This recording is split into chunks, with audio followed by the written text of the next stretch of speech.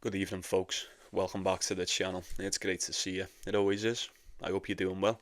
Got quite a lot of tennis to go through today. As always, we'll be sure to touch on each and every one of these matches that we've got. Get your comments in with your predictions. Anything that I'm going for today will be in that pinned comment. You're more than welcome to take a look at that. You take it if you want, you leave it if you must. It's entirely up to you. The choice is yours. But do like the video. If you be so kind, get yourself subscribed to the channel if you're not already. We do continue to grow each and every day on the road to 3k and what have you. Get yourself involved, yeah. It'd be an honour to welcome you to the squad. But let's do a quick recap before we get started with today's picks. How did we get on yesterday? Did we win? Did we lose? Did we just come close? Most importantly, did we enjoy the tennis? I'll go first. Quite unlucky. 1 and 2. Could have been a lot better. Could have been a hell of a lot worse. Majchrzak to win a set. David Goffin on the money line. Didn't even come close. They stood no chance. Gio got it done. Joao Fonseca inevitably just shit the bed. It's my own fault. I'm more than aware. You know me. I know better than anyone the dangers of Joao Fonseca. I imagine we will definitely talk about that a lot more in tomorrow's video when we talk about Van der Sandschulp. But it weren't all doom and gloom. Shevchenko managed to come in clutch. Most definitely softened the blow. Managed to get back just over half of what I put on. I can certainly live with that. Leaves me with some work to do in the next few days, but it's not, and I can't handle. More than up for the task. More than up for the task. I imagine you are too. But get yourself involved. Don't be shy. And we'll waste no more time with it, folks. Let's get into business. Let's get it on. Cazaux. He's taking on Shintaro Mochizuki. I'll be going with Cazaux. It's plain and simple. I'm not going to overthink this one at all. These just played each other on the Challenger Tour when we were finishing off on the Asian swing. Semi-finals in the Jihan Challenger. Cazaux absolutely wiped the floor with him. And that's the second time they've played each other, and it's the second time Cazaux beat him as well, but that was an absolute beatdown. 6-1, 6-2. And then he beat Mcdonald in the final 3 days ago. 4 days by the time this comes out. Very short turnaround. Always a couple of concerns with a short turnaround, especially when you've won a title. You'd always find more often than not, they're not that inspired to take the next one. But that was a challenger one, and there's a lot more on the line playing for a tour level title. We all know that. But if I'm concerned about the fitness of Cazaux, I have to be concerned about the fitness of Mochizuki, because like I say, he's only had 1 day's extra rest. 1 day's extra, so they're both in the same boat. Absolute beatdown a couple of days ago. Would not be surprised if it's more of the same today. You're getting Cazaux around 1.3. It's very steep, but it's the only way that I could look in that one today. So we'll move on to Jan Struff and Mcdonald. Speak of the devil, I would want to go with Struff in this one. I feel like I will be leaning very slightly with the big German to get this one done. Now, you don't need me to sit here and tell you what Struff can do when he turns up. We're all well aware. We've been watching this guy for quite some time now. I'm more concerned about the last 2 games of Jan Struff. He had a really good US Open.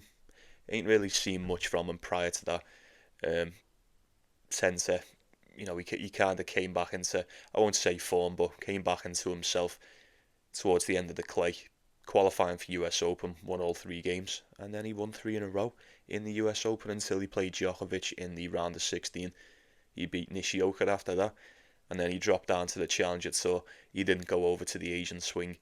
No joy whatsoever. It's quite an understatement as well. But Villas, in straight sets, Edis, but Villas, Beavis and Butthead. Don't even think he's in the top 200, is he? He might just be outside the top 300. I'm not too sure. Don't quote me on it. Yeah, he is 300 in the world. What do you know? But yeah, that doesn't look too good. And then another first round exit, back-to-back first round exits on the Challenger Tour for Jan Struff prior to this one.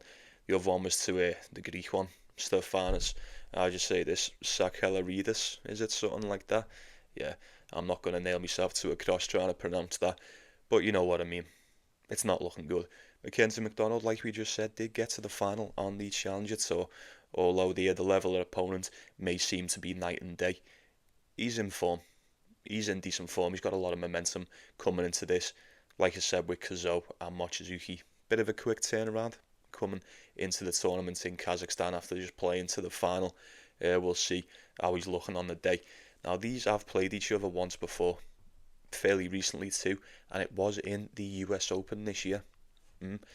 Struff was playing very well in the US Open. He beat Mcdonald in the first round, and he didn't look too good. It was nothing to write home about. As a matter of fact, no, for being real about it, Jan-Lennart Struff beat this guy on his second serve. He really did. Go and check it out if you don't believe me.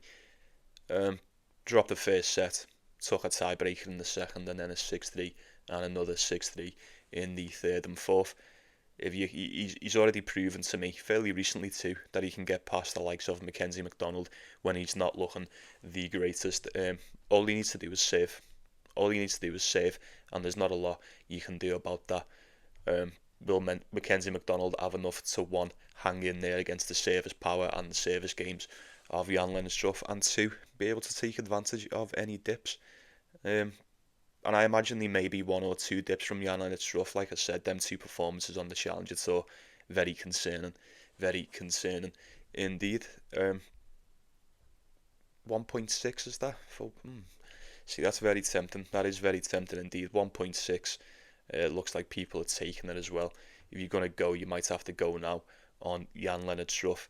It would be the only way that I'd look on that.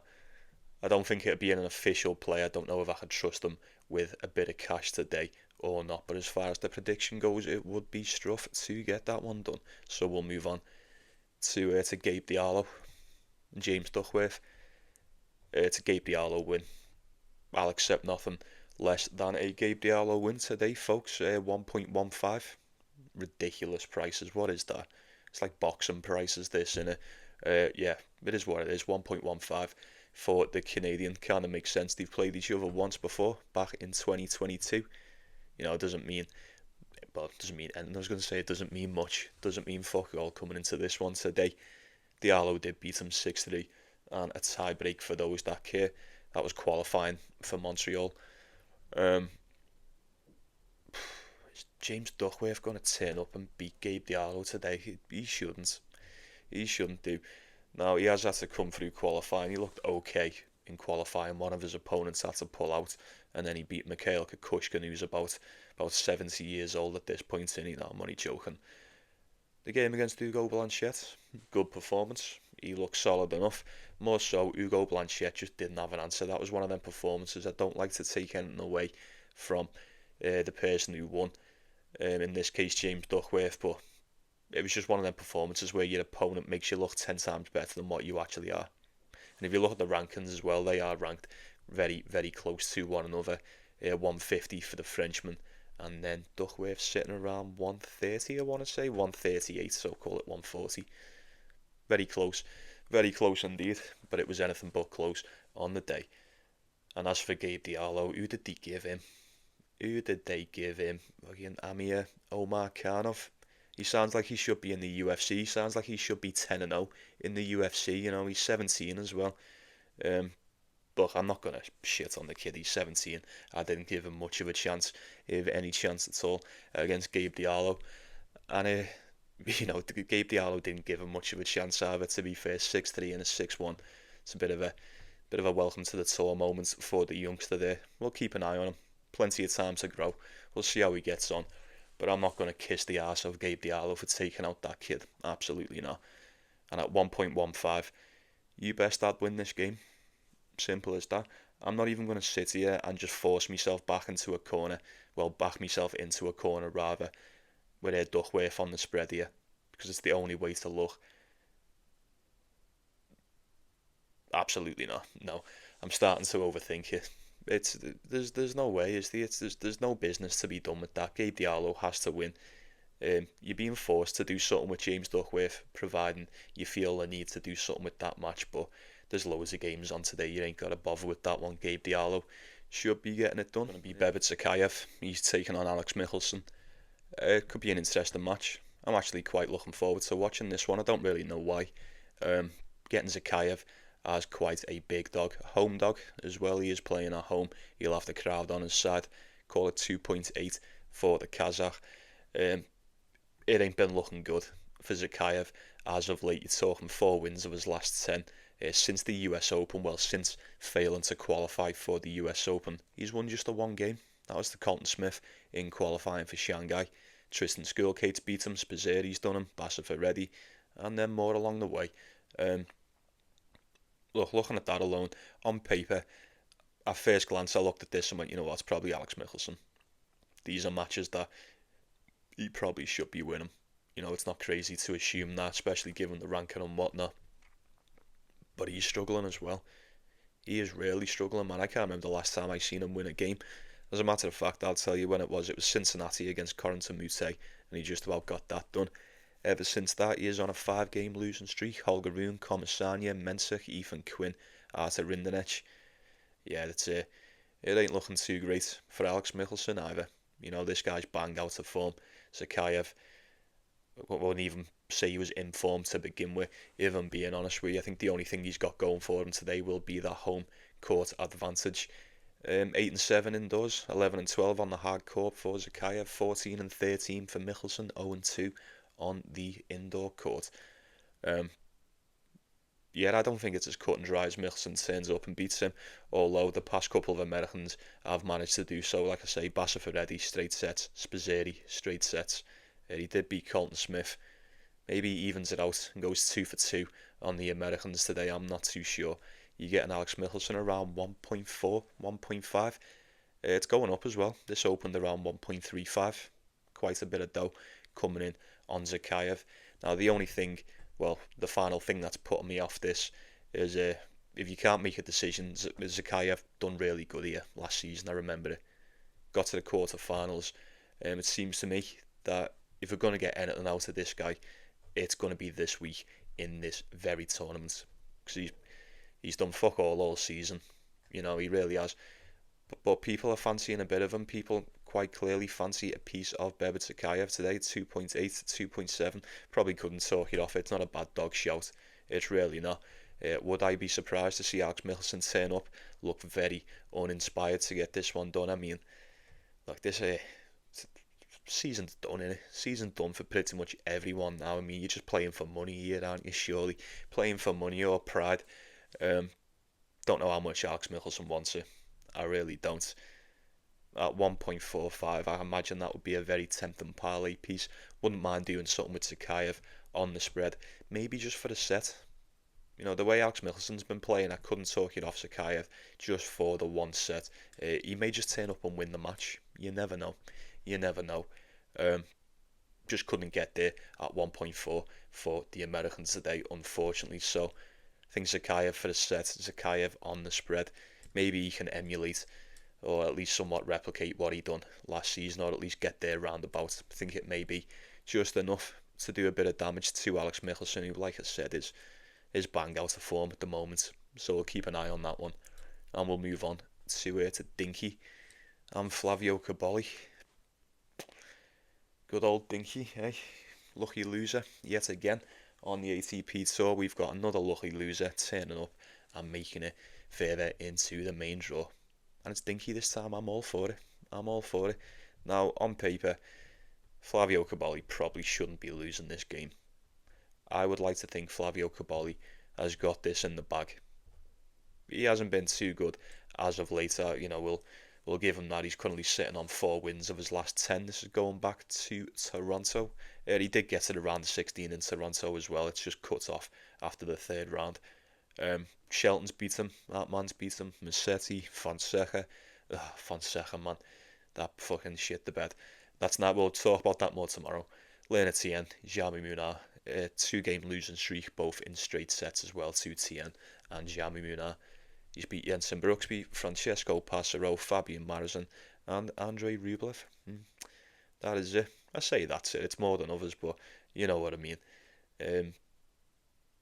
Don't think I can trust Flavio Cobolli today. We said that at the start of the year. He hasn't.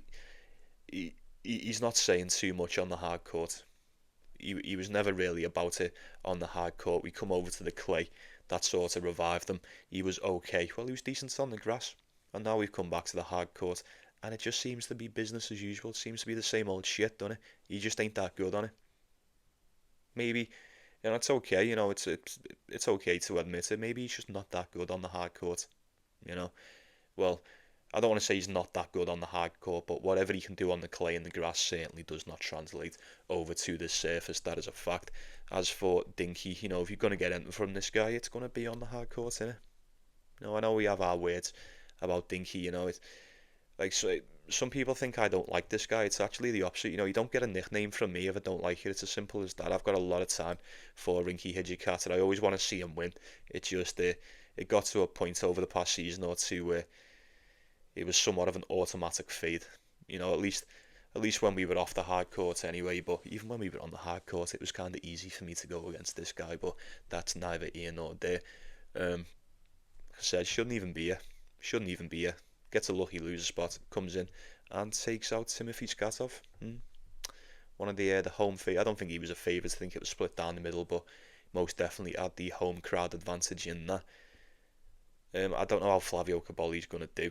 Seen him on Instagram posting his Instagram story. He looked like the 8 Mile cover.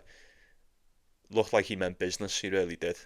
Looks like he was locked in. Looks like he wants to turn up and get himself back to winning ways, and he needs to do it as well. You can't finish the season in a slump and just think, you know what, we'll pick it up in January. It doesn't work like that. It doesn't work like that. You don't have enough time to make necessary adjustments, and by the time you know it's Australia, and then you've started the season fucking 0-5 on the hard courts again, or wherever he went, weren't much far off that, I imagine. You know what? Probably couldn't talk it off Dinky for a set. Like I said, on paper, Flavio Cobolli should be winning this. He's essentially a top 20 player now. Top 20 players shouldn't really be struggling against players outside the top 100. Or so I'd thought, but I don't know. Maybe they need to start giving you more points for the Challenger Tour again. Ever since they nerfed them Challenger points, man, these rankings have become a fucking mess, haven't they? I'd expect Flavio Cobolli to get it done. But as far as a bet goes, I would not be trusting him with any cash of mine today, unfortunately, folks. Maybe Dinky for a set, Dinky on a spread. If you want to look at it that way, it's entirely up to you. But we'll move on to Alexander Shevchenko. Shout out. And Corentin Moutet. The only one. Well, Gio sort of pulled through for me as well, although it was all in vain because of Joao Fonseca. But Alexander Shevchenko, he turned up and done exactly what I needed him to do today. And I'm very, very grateful of that, sir. Thank you very much. He looked decent against Laszlo Djere.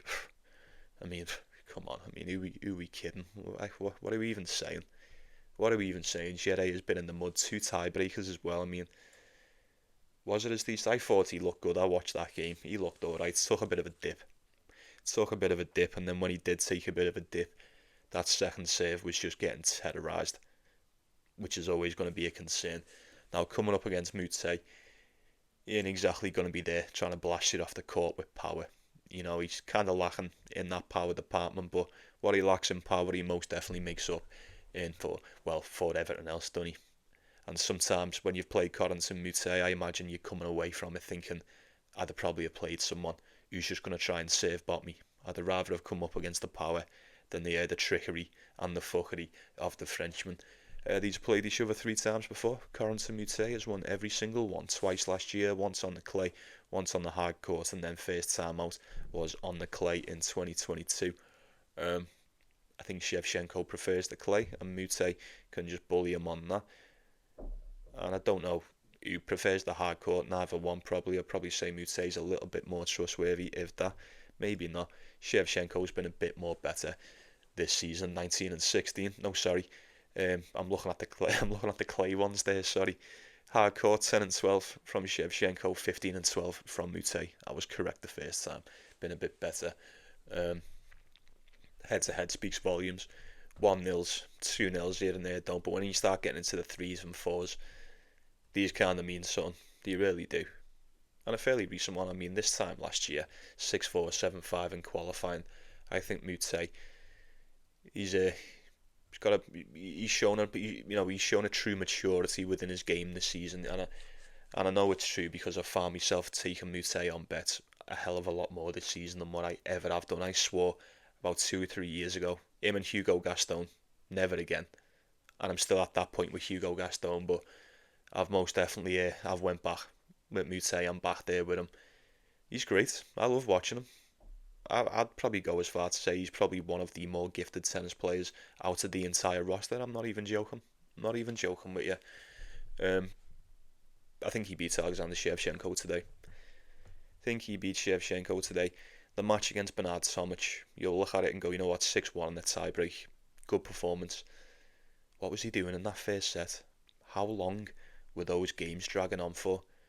Was it complacency? Was Moutet just struggling with Bernard Tomic? Was he just playing with his food? It looked to me like he was just fucking pushing his peas around the plate. Are you gonna eat that, Corrington? Are you eating that, son? Yeah, I'm gonna eat that. You sure? Makes it looks like you're just fucking about with your carrots. Like, what's going on? He fucking finish it. He ended up getting it done anyway, so it's neither here nor there. But I don't know. It was just a weird one. Shevchenko was solid behind that first serve today, but like I say, the second serve was very easy to get at. Corrington Moutet was a bit better. Was actually a lot more efficient behind that second serve as well. That could be the deciding factor in a matchup like this. Shevchenko will have the home crowd advantage, which always worries me against Moutet. Now, like I've just said, he's looking a bit more professional, a bit more prestige this season, but although the game, he seems to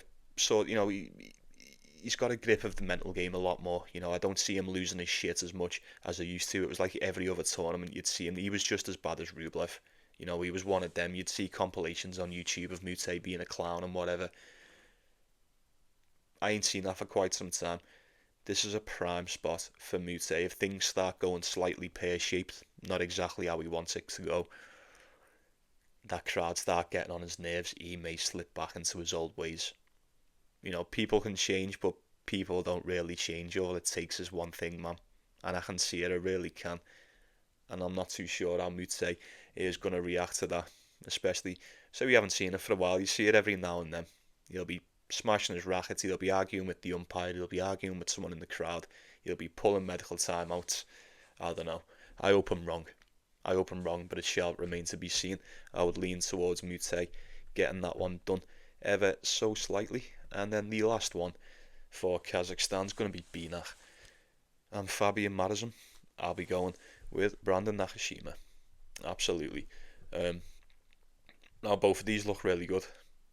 Both of them put in very solid performances in the first round. Marozsan got it done against Luca Nardi. Decent. Was never really in doubt that he was going to win that match. As for Binach against Medjedovic, he was slightly favoured to get that one done. Couldn't even get a set out of Medjedovic, and you know what? It was fine margins. It was. That second set, he just let it get away from him. It's not the first time we've seen him drop that first set tiebreaker and then just completely quit on himself. Medjedovic was arguing with his box after like the first game or two today as well. I don't know what was going on, but it kind of seemed doomed from the start. He was a big ominous cloud over that one from the get-go. But it was fine margins in that first set, it really was.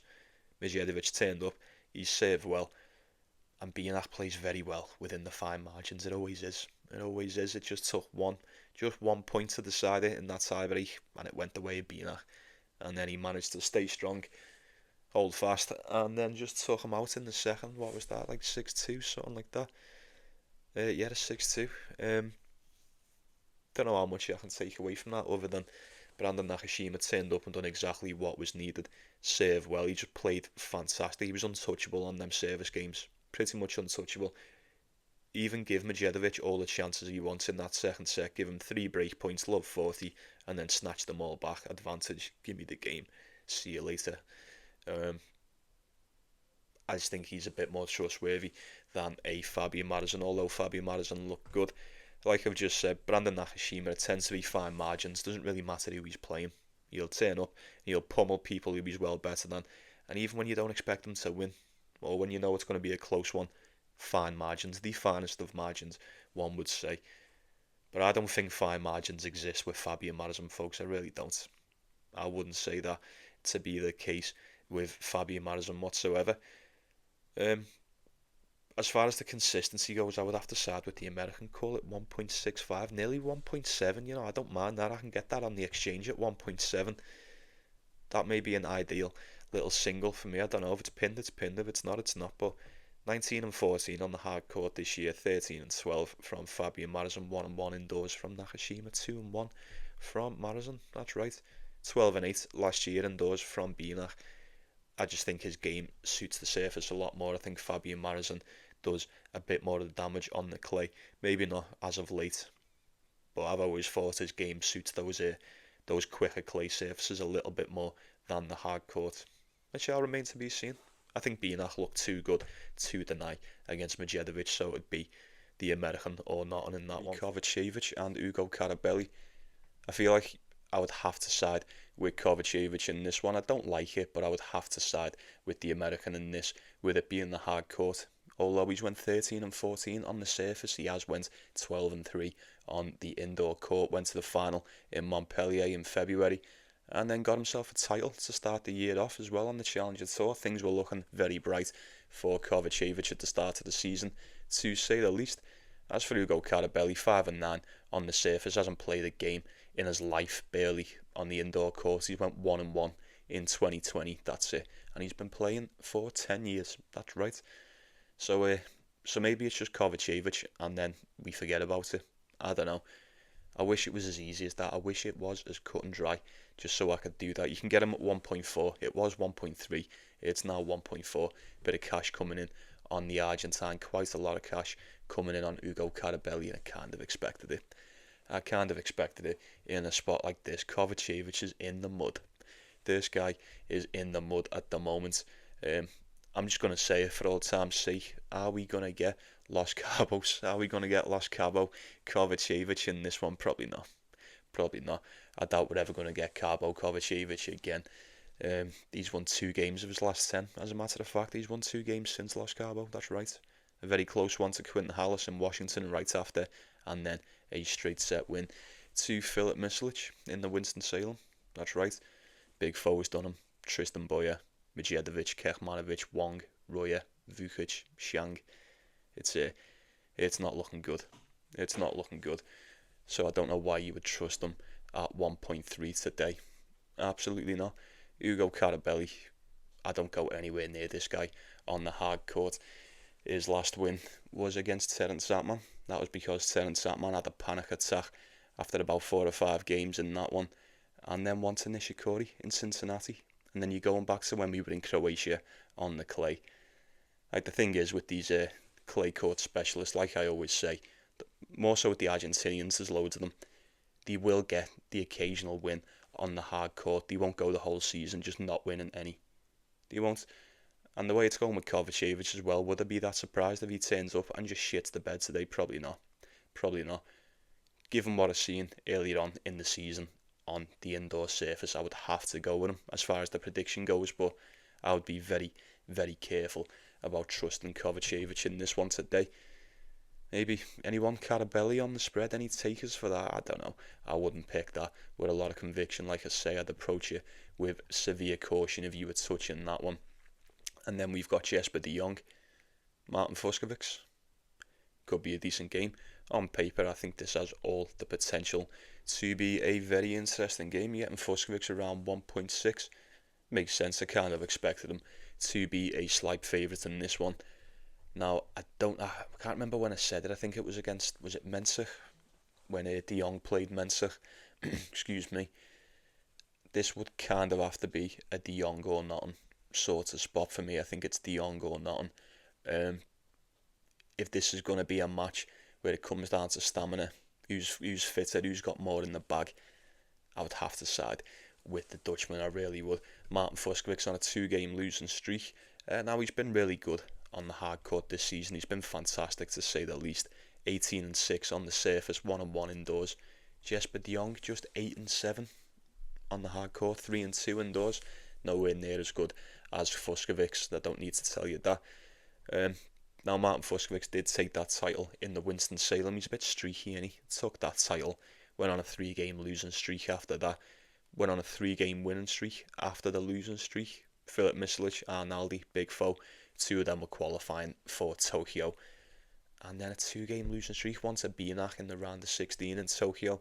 And then that the shitting of the bed to Jian Muna in the Shanghai Masters. That's right, took the first set.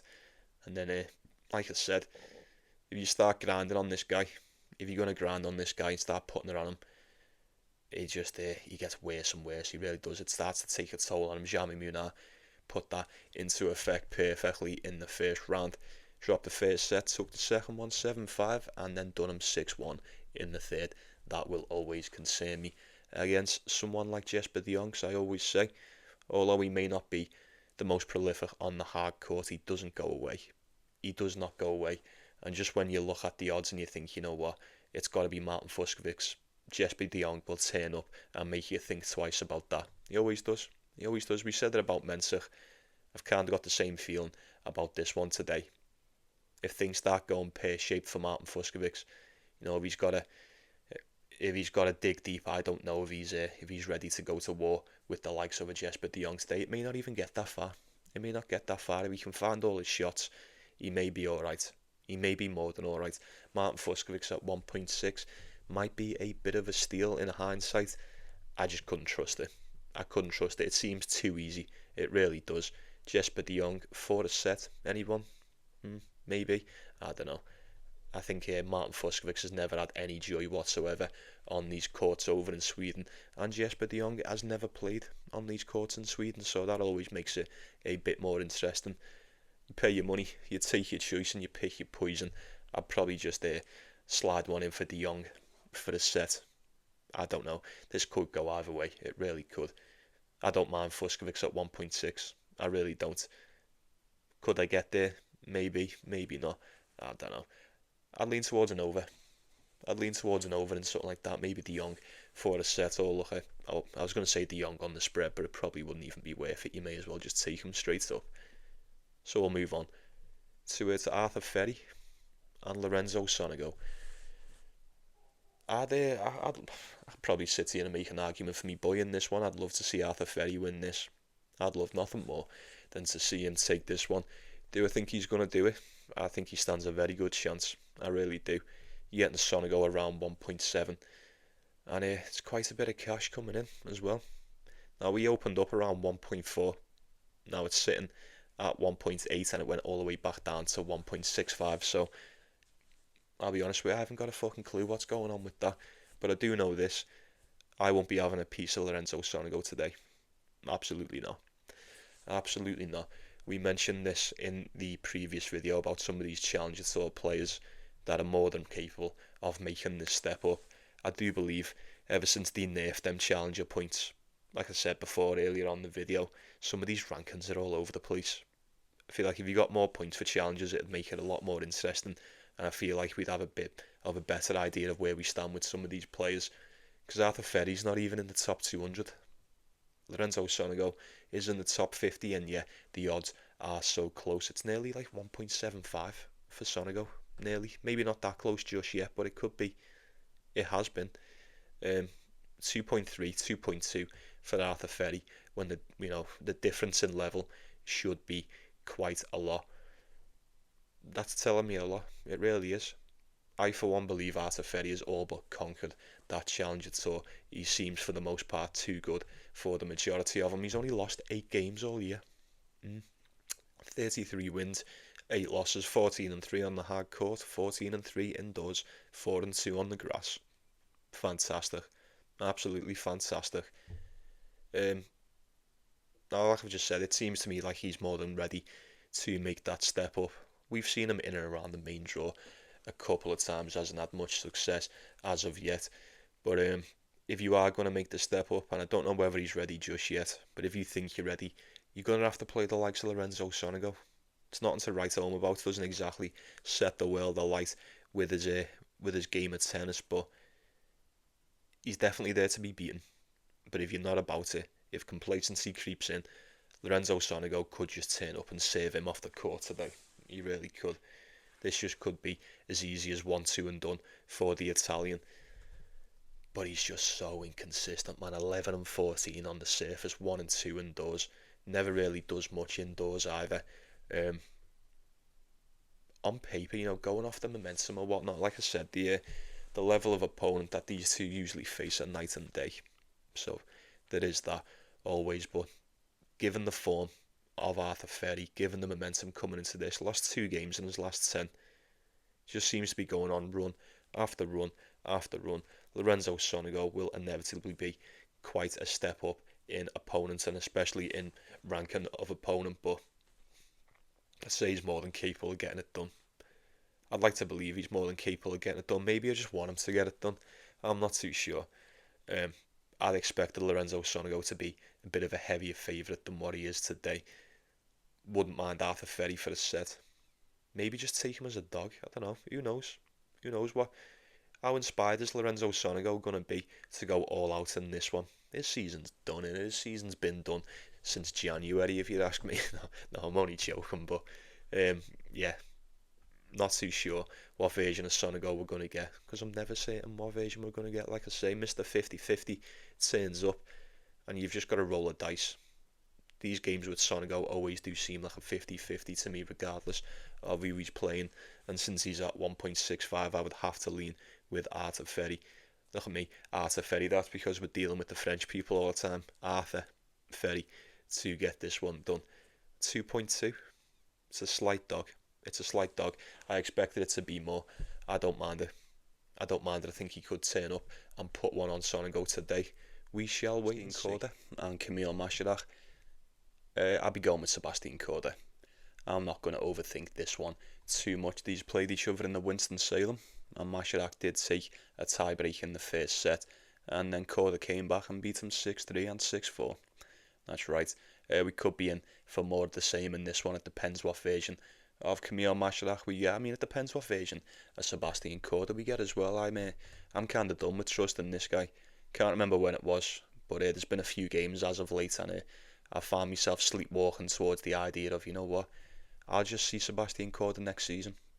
I'll just see you in the US Open next year, mate. Yeah. It's just 1-on-1s, 2-on-1s.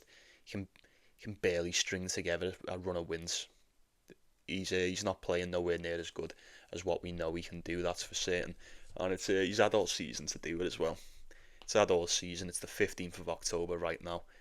And he's on 18-14. That's right, 18 wins, 14 losses, 12-8 on the hard court. Kamil Majchrzak 37-21, 19-6 on the hard court surface. No, I don't know. I feel like I've watched Kamil Majchrzak put in loads of stinkers this year, but I haven't. I obviously haven't. It must have just been every time I've bet on him. No, I'm only joking. For the most part, he plays good, especially in these quicker conditions. Well, on the hard court conditions, they really suit him. He's won 7 of his last 10. Sebastian Korda beat him in Winston-Salem. Leandro Riedi, he had to pull out against him in the US Open. And then the game against De Minaur, yeah, RIP to the spread. We had about 50.5 games on that and he still couldn't cover it. But it's the Demon. What are you going to do? He looked really good prior to that. Ethan Quinn being in straight sets and he wiped the floor with the pair of them. And then he comes into Stockholm against Filip Mislic, who had to come through qualifying. And we said it, didn't we? Filip Mislic barely coming through qualifying. Just gets bullied by Kamil Majchrzak. You'd have thought. Us, not Sue. It's quite obvious that was going to happen. 6-2, 6-2. Is he going to maintain the level? This is just it's the same old song and dance, innit?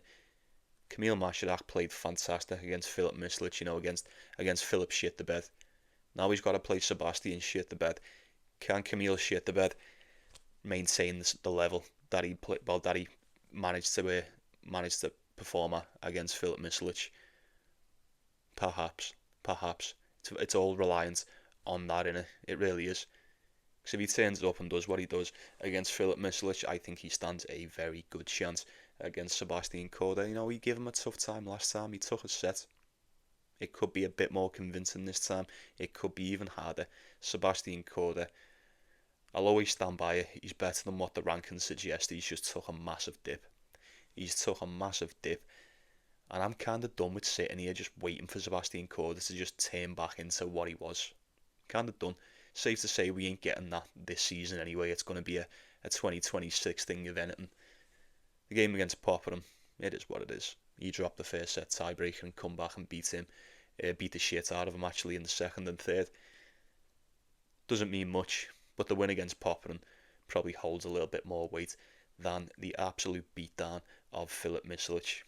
I was impressed by Kamil Majchrzak, but How many times are you going to see this guy play good against mid-level opponents, and then when he comes up against a Demon or a Sebastian Korda, like he did last time, he just doesn't really stand much of a chance. Not a lot he can do. You know, I'd have said if Sebastian Korda can just turn up and save, then I feel like Kamil Majchrzak can probably do the rest. But you know what this game's like, you know what this sport's like. Just with me sitting here doubting Kamil Majchrzak, he might just turn up and bagel him tomorrow and send him home. I don't know. I really don't know. Lean towards an over. That would have hit last time. Lean towards Korda for a win. Couldn't talk it off a few angles in this. Kamil Majchrzak for the set. You'd get a decent price on that. Getting Korda around 1.5. Call it 2.6 for the poll. Tiny bit of cash coming in on Majchrzak, but we expect that just given the price alone. I'd still go with Sebastian Korda, and we're going to leave that one where it is. And we've got Marin Cilic and Casper Ruud. I'd want to go with Casper Ruud. I don't think you could call me crazy with wanting to side with me boy in this one, right? I thought Marin Cilic looked decent against Bugkov Kiar. Straight sets. He even said, didn't he, enjoys these courts over here. Felt as if his game can really start firing on this surface. I agree as well. He looks solid. He looks solid enough. And not only that, he's looked fairly decent the past few games as well. Basilashvili, I mean, doesn't really hold much weight to me. He got beat by Djokovic, but he put in one hell of a hustle. I will definitely give him that. And he comes over to Stockholm and just remains strong. Hold strong behind the serve. Not much you can do against Marin Cilic when he's playing like that, 7-5 and 6-3. But I think Casper Ruud is going to be a bit of a tougher task. I really do. Couple of concerns in this. Casper Ruud, injury concern. He did have to pull out against Zizou Bergs in Shanghai. Was that last week? About 10 days ago, something like that. So, you know, pulling out in Shanghai, having to come over to Sweden. Is he ready? I'm not too sure. Marin Cilic, you know, it's tough, innit? How deep do I expect this guy to go? You know, going off Wimbledon, he's clearly got a few games in the bag. You know, he's not just a one-and-done guy anymore. They played each other 3 times before, and Casper Ruud has beat him every time. Beats him every time. 2020, 21 and 22. Twice on the clay, once on the hard court. Look, anything but easy. Anything but easy. Marin Cilic is good, you know. He's a grizzled vet, and he's a seasoned pro. He ain't going to go away. He ain't going to make it easy for you, especially. Call it 2.7 for Marin Cilic. Casper Ruud, 2-game losing streak. Like I say, he pulled out of one, and the other one was to Carlos Alcaraz, who he had a very close game with in the Tokyo semi-finals. At 1.5, I feel like it's kind of begging me to take Casper Ruud. I don't know if I'd be wise enough to look away from that. He is much better than Marin Cilic. He can put the work on you. If he gets him moving, I would imagine Marin Cilic is going to have a tough time dealing with the versatility of Casper Ruud. But I always say Casper Ruud tends to struggle against the power. He struggles against the power and he struggles against the pace. I don't think you're going to get the pace from Marin Cilic, but you can definitely get solid service games out of him. Absolutely. And he can be tough to break, like we've seen today. He's already took out one Norwegian. Is he going to do it again? Perhaps. I wouldn't be so sure. I like to assume Casper Ruud is going to beat the majority of players that he faces, unless it's the likes of Sinner or Alcaraz. You know, if it was on the clay, I'd be super confident. We're on the hard court, and I'm still kind of confident. He's went 5-1 indoors this year, 12-8 on the surface. Marin Cilic has went 3-6 and 1-0 indoors. Give me Casper Ruud to see that one through. And we'll finish off with the quickest one. We've got Leo Borg and El Shapo. El Shapo squad, where are we? It's going to have to be the El Shapo squad. I don't know what's happened to Jack Draper. I can't wait for next season we get that Jack Draper squad back on board. Cannot wait for that. El Shapo, Denis Shapovalov, 1.06. Can you believe it? I can't. I can't fucking believe that. Now look, just the rule applies, doesn't it? Rule applies. What do you want me to say about this? I'd just go with Leo Borg on the spread. As a matter of fact, I'd probably go even one step further on this and say, you know what? I'd just take the Swede on the money line. What's that, a 9-1 underdog? Sprinkle on it. Just sprinkle on it. Put it in your back pocket. Bite the bullet and pray it wins. He took out Sebastian Ofner as a 5-1 dog. That's right. And he turned up and beat the shit out of Sebastian Ofner. El Shapo, if anyone's going to turn up and gift somebody a 1.07 win, it's going to be this guy. As much as I love him, 1.07 for Denis Shapovalov. Oh my fucking days. Oh my days. Am I dreaming? Are my eyes playing tricks on me? I don't know what's going on. I really don't. You don't need me to tell you. El Shapo should be beating this guy. I mean, evidently so.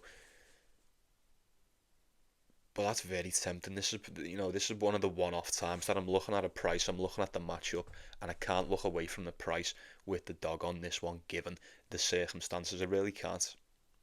Because you'd look at that, and you'd see the price with El Shapo, and you'd go, oh my god, get it out of my sight.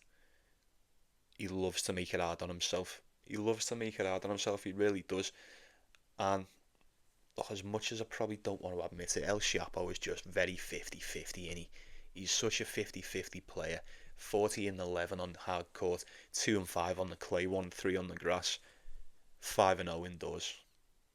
5 and 0 indoors this season. That was in was it Dallas? Yeah, that was in Dallas. And the start of Feb, that's right, when he took the title. So he's currently undefeated indoors this season. Last time he was here was in 2022. Got to the quarterfinals.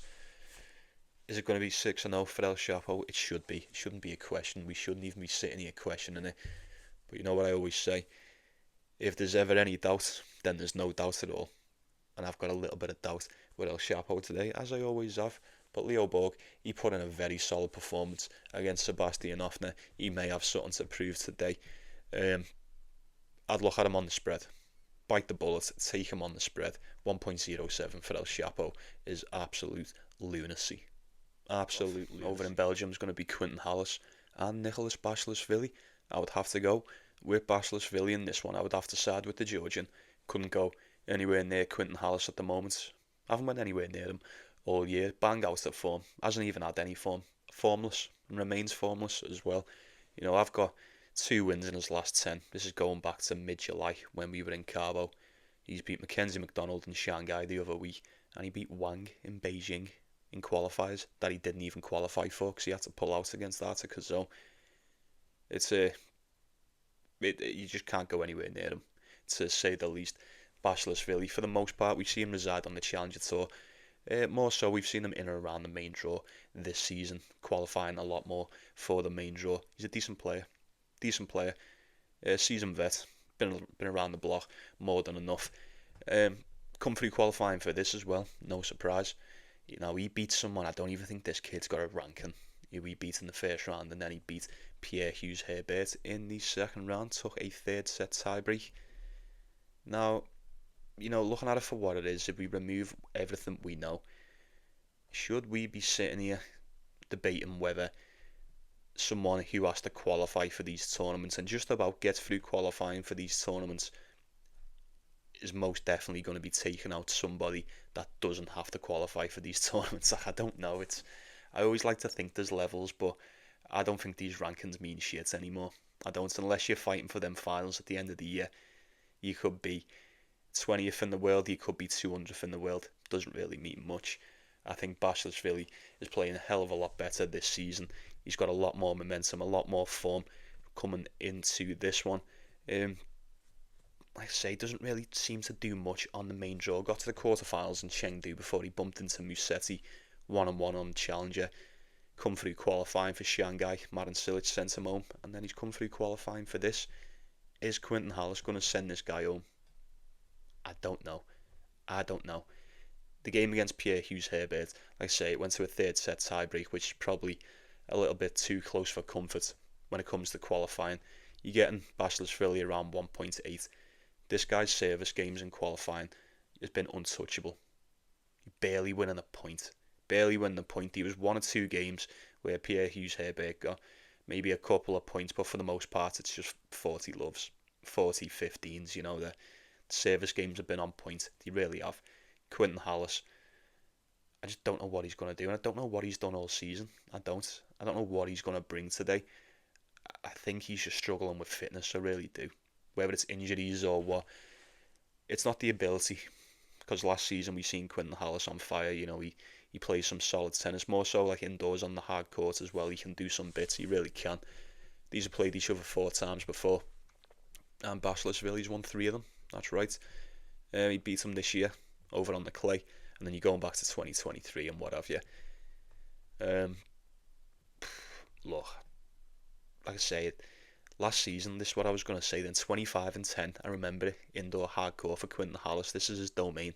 This is where the Frenchies shine for that fact, and all the Frenchies love these indoor hard courts. But he's been shit this year, 19-26. Couldn't trust it. Couldn't trust that. 40-29 for Basilashvili, 8-2 indoors, 18-13 on the surface. That is a lot more promising coming into this. But why are the odds so close? Why are the odds so damn close? That's putting me off. It really is putting me off. I don't know. 1.8 for Basilashvili, that would be the pick for me. I'm very tempted by it. It may be pinned. If it's pinned, well, you've probably already looked by now, but if it's there, it's there. If it's not, it's not. But I am very, very tempted with Basilashvili on that money line today. So we'll crack on to Fery and Damir Dzumhur. Neither one. We're not on the clay, are we? We're not on the clay. As a matter of fact, am I getting this kid confused with the other lad? Yeah, I think I am. Fery actually prefers the hard court. I don't know what I was thinking of then. 17-7 for Fery on the surface. I imagine all of that is going to be on the Challenger Tour. There's been a couple of times we've seen him in and around the main draw, qualifying for the US Open 1-1 in Miami. And then, beat Kovacevic in Miami, 2 tie breaks, and then he bumped into Dimitrov and then got absolutely beat down. Where's Dimitrov, man? Where is Dimitrov? I was thinking about this before. I went back and watched a couple of videos from like 2 seasons ago when we first started, and it was like every other day we were cashing bets on Dimitrov, Ugo Carabelli, Holger Rune, Hubert Hurkacz. Like, where have they gone? Like, what?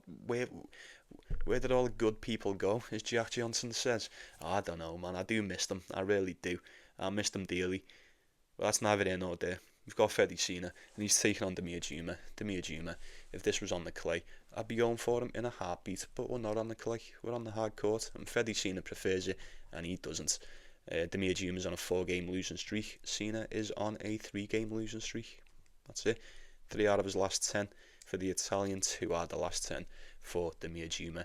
Both of them bang out of form. Damir Dzumhur ranked a hell of a lot higher than this kid, dare we say. A lot more proven. He's certainly a lot more tested. A lot more battle proven. I'll give him that. Since we're dealing with the unknown, anything can happen with this. 2.5 for Cena. He may just have a bit more to play for in this one. He's very young, so I don't expect a lot from these young players, I'll be honest with you, but it's just a very slight lean for the sake of a very good price. And we shall move on to Yannick Hanfmann, Matteo Arnaldi. A slight lean towards Yannick Hanfmann. He's been the better player after all, I'd say, this season. Definitely as of late. Most definitely as of late. Call it 8 wins out of his last 10. That's right. Look, that's come through qualifying for Shanghai. Took out Sonego and Big Foe in 3. Put in a solid performance, and I repeat, a solid performance against Djokovic in the 3rd round. Didn't go his way. And had to come back through qualifying for this. And he's flew through it. Calvin Henry and then whoever Colson is. Is he going to beat Matteo Arnaldi? Stands a very good chance. And not only that, he's actually favoured to get this one done. Call it 1.7. Now I seen this at 1.6 and it went to 1.7, 1.8 on the exchange. Wow. Now that's actually quite fitting, because I was going to say when this was 1.6, I don't think on the day Matteo Arnaldi you'd probably have said he's better than Yannick Hanfmann. There's been quite a long time, well, maybe not as of late, but leading up until fairly recently, you'd have said Matteo Arnaldi was just better than this guy, wouldn't you? I would have anyway. He's bang out of form though. He is bang out of form. He's won 3 of his last 10. Sakamoto, Luca Nardi, Tristan Schoolkate. This is going back to Toronto as well in July. Zverev, Bonzi, Van der Sandschulp, Cerundolo, Cazaux, Fuscovics, Davidovich, Fokina. Yeah, struggling shall be an understatement for Matteo Arnaldi, although I do believe he probably is the better player on the day. I don't know. I think the Matteo Arnaldi of recent seasons, well, he's half the man he used to be, and that's me point I'm getting at. He looks like the shell of what he was last year. I tell you that. Never does much on the indoor hard court. Never really does much. Never really. I say he never really does much anywhere, but that's just taking the piss. He does. He's decent on the hard court. He's decent on the clay as well. I've seen him put in decent seasons on the clay. Maybe not as of late. 11 and 14 this year. It's not too good. 2 and 1 on the indoor court. It's been a rather below par season for the Italians, who say at least 40 and 25 for Jan Hanfman. A lot more promising. Hell of a lot more promising. He's been in well better form lately. A lot more momentum coming into this. If you can put in a shift like that and nearly have Djokovic beaten Adam on the ropes, why not against an out of form Matteo Arnaldi, eh? Why not? 1.7 Jan Hanfman would be the play for me. Benjamin Bonzi, Valentin Roya, cannot wait for it. Gonna be an absolute banger. Now these odds are somewhat split down the middle. You're getting Benjamin Bonzi as the slightest of favourites, call it 1.85. Now both of these have been really good. Both of these have been fantastic prior to this. Valentin Roya, we could say, he's probably had, maybe you say he's had the more impressive results based on what we didn't expect. You know, especially over in Hangzhou, getting to the final, that was fantastic. And he's managed to maintain a certain level ever since that as well. Now he didn't even make it through qualifying for this, which always worries me. But as the lucky losers have been doing all year, he gets through his first round. It was against Sebastian Baez, so it's a bit of a layup, to say the least. You know, it's not personal, but that is probably as easy of a first round match you're going to get on the indoor hard courts, if you ask me. Benjamin Bonzi against Riley Opelka, not so easy, but he made it look easy. He really did. Now, as of late, we'd say Valentin Roy's probably been a little bit better, just a little bit better than Benjamin Bonzi. He's played a hell of a lot more over the Asian swing and what have you. Benjamin Bonzi didn't even get through the first round of Beijing. Won the first round of Shanghai against Opelka, got beat by Diallo in the second round, and then they give him Opelka again, as if they didn't learn the first time. But now he's got to play Valentin Roya. He will pose a much more difficult task than a Riley Opelka. He just will. He just will. This guy can move. You know, this guy can move. You know, he possesses lateral movement, so he's already got that in the bag. I'm going to be going with Benjamin Bonzi. I'm going to go with Bonzi on this. You know me. I am a massive Benjamin Bonzi fan, but not only that, this guy is shit hot on the indoor hard court. He always has been. I'd like to think he always will be. You know, I kind of wait for this point in the season to come indoors just so we can see what Benjamin Bonzi can do. Do we remember what he was doing towards the end of last year? Surely we do. Surely we do. He was fantastic. He was putting in the business. He really was. 25 and 7 indoors last year. That's right. 15 and 13 on the season this year for the hardcore, 2 and 2 indoors. There's still a lot of tennis to be played for Benjamin Bonzi to put a nice dent in that record. He's not going to get anywhere near 25 and 7, let's be real. Yeah, he could have done a hell of a lot more at the start of the season, but he didn't. But we'll see how he gets on against Valentin Roya. I believe him to be the more proven of the two, given the conditions. Doesn't feel wise sleeping on Valentin Roya at the moment. It really doesn't. But you don't even qualify for a tournament. You know, how much further do I expect you to go? You know, you kind of just playing with a free hit on this, aren't you? You're not even meant to be here. They give you Sebastian Baez. Now you've got to play Benjamin Bonzi, who now I know I've just said these Frenchies love playing on the indoor hard court. I ain't seen too much of it from Valentin Roya. That's not saying he's not capable of doing so. I've just seen much more from Benjamin Bonzi as the seasons have went on. And I'd have to trust him in this. However he decides to go about his business is up to him. It's never easy. I do warn you, if you want to do a bit of business with Benjamin Bonzi today, you do so at your own peril. It is never easy. But I will say this, it's never over till it's over as well. Until it's game, set and match, that's when we'll accept the result on a Benjamin Bonzi match. So approach it with a bit of caution. Wouldn't be surprised to see this one go all over the place. Ultimately, I do believe Bonzi is the more solid of the two on the indoor hard court. So from what I seen last year, if we get anything close to that, I think Valentin Roya could be in for a bit of trouble today. So give me Benjamin Bonzi. Take him for a set. If you want to simplify it, you'll get decent odds for a parlay piece on that. And then the next one, look dead quick, Yuri Lehecka.